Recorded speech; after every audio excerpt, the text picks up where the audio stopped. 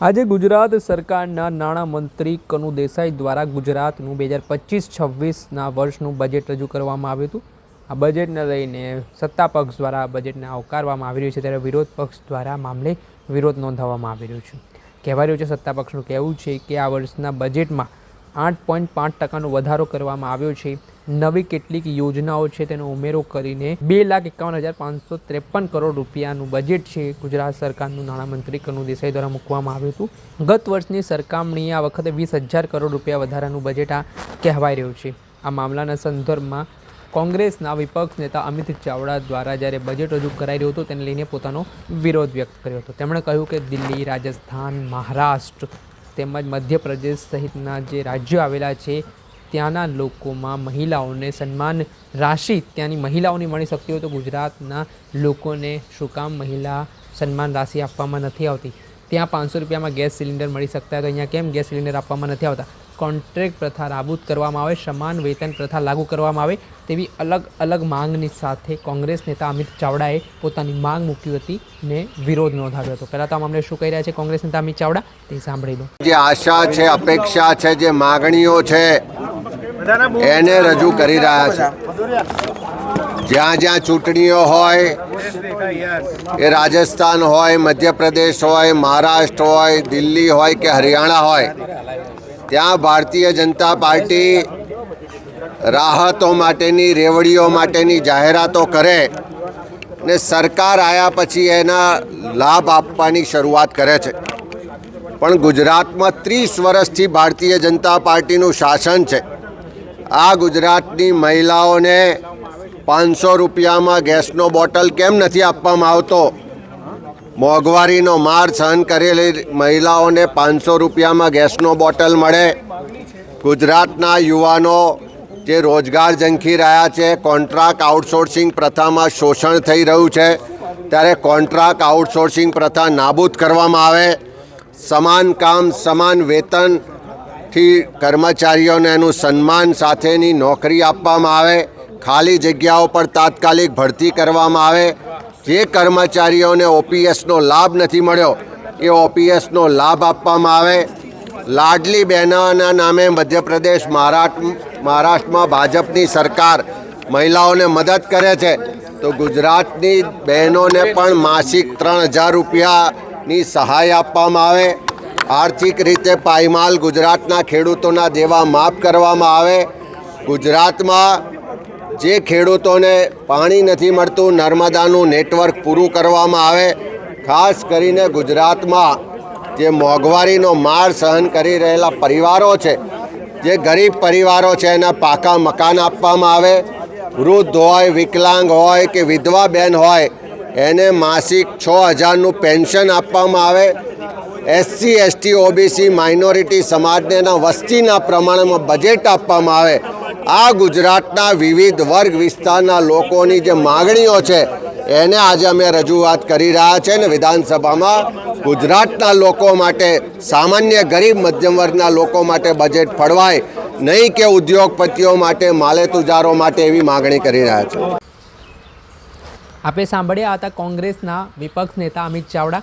તેમણે અન્ય રાજ્યમાં જે સરકારી યોજનાઓનો લાભ લોકોને મળી રહ્યો છે તો ગુજરાતની જનતાએ શું વાંક છે, તેમનો શું ગુનો કર્યો છે કે તેમને નથી મળતો, તેને લઈને પણ તેમણે સવાલ ઉઠાવ્યા છે। હાલ ગુજરાત સરકારે જે બજેટ રજૂ કર્યું છે તેને લઈને રાજ્ય સરકારના પ્રવક્તા મંત્રી ઋષિકેશ પટેલનું પણ મોટું નિવેદન સામે આવ્યું છે। તેમણે સરકારના બજેટને આવકાર્યો છે। તેમણે કહ્યું છે કે સર્વાંગી વિકાસ માટે ગુજરાત સરકારે આ બજેટ ઘડ્યું છે। 2047નો આ બજેટ રોડમેપ છે। ગુજરાતના લોકો 2047માં વડાપ્રધાન નરેન્દ્ર મોદીએ જે સ્વપ્નાઓ જોયા છે તે સ્વપ્નમાં કેવી રીતે એગ્રેસર રહી શકાય તે માટે તમામ વસ્તુઓ આવરી લેવામાં આવી છે અને 2047ના મોડેલના આધારે આ બજેટ છે તે તૈયાર કરવામાં આવી છે, જેના કારણે ગુજરાતીઓનો સર્વાંગી વિકાસ થાય, તે તમામ ક્ષેત્રમાં એગ્રેસર થાય। એટલા મામલે શું કહી રહ્યા છે રાજ્ય સરકારના પ્રવક્તા મંત્રી ઋષિકેશ પટેલ તે સાંભળી લો।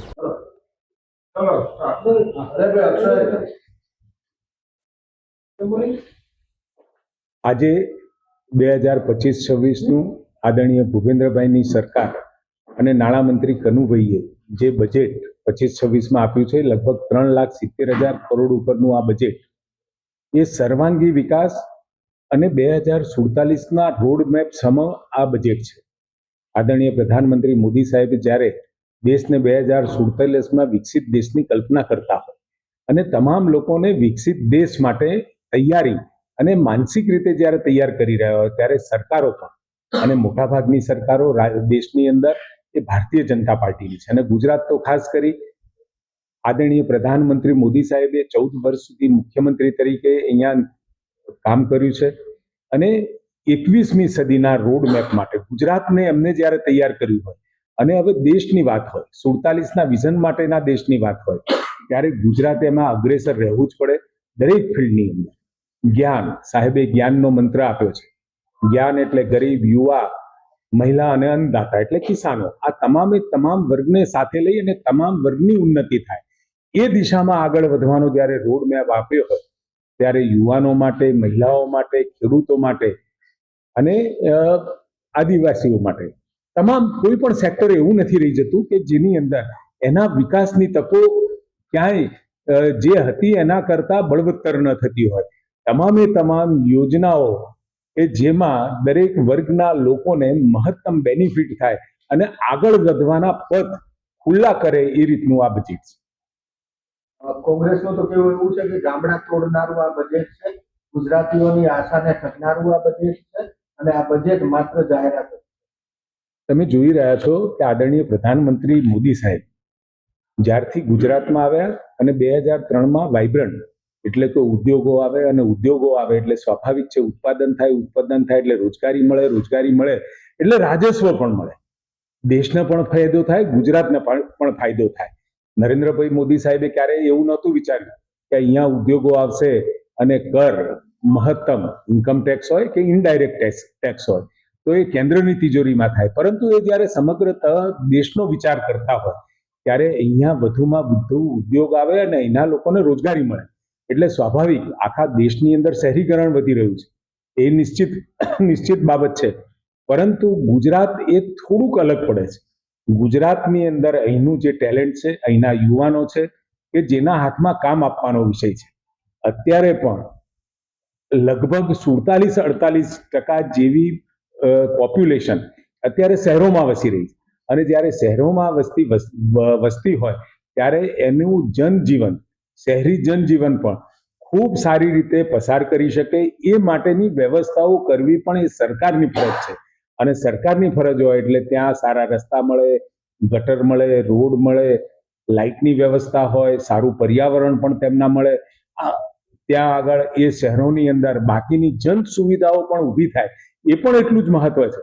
50% જેટલી વસ્તી જ્યારે શહેરોમાં વસતી હોય ત્યારે શહેરીજનોને પણ સારું જીવન સ્વાસ્થ્ય સાથેનું મળે એ દિશામાં રાજ્ય સરકાર વિચારે અને રાજ્ય સરકાર દ્વારા આ વખતે જે શહેરો માટેનું જે બજેટ મૂક્યું છે એ શહેરોની સાથે ગ્રામીણમાં પણ એગ્રીકલ્ચર હોય, ગામમાં રહેતી આપણી માતાઓ, બહેનો, બાળકો હોય કે પછી ત્યાંની સ્વાસ્થ્ય સુવિધાઓ અને સાથે જે આપણો કોસ્ટલ કિનારો છે, કોસ્ટલ છે જે દરિયા કિનારો છે એ દરિયા કિનારા ઉપર પણ જે ફિશરીઝનો વ્યવસાય, મત્સ્ય ઉદ્યોગનો વ્યવસાય પણ વિકાસ પામે એ દિશામાં આ વખતે અનેકવિધ જોગવાઈઓ સાથે આદરણીય કનુભાઈએ આ બજેટ રજૂ કર્યું છે.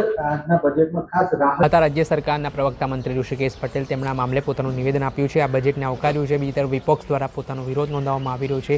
વિપક્ષનું કહેવું છે કે જે અન્ય રાજ્યમાં આ જે ગેસની બોટલની વાત હોય, સન્માન રાશિની વાત હોય, મહિલાઓની તે મળતી હોય તો ગુજરાતમાં કેમ નહીં, તેને લઈને હવે રાજકારણ પણ ગરમાયું છે.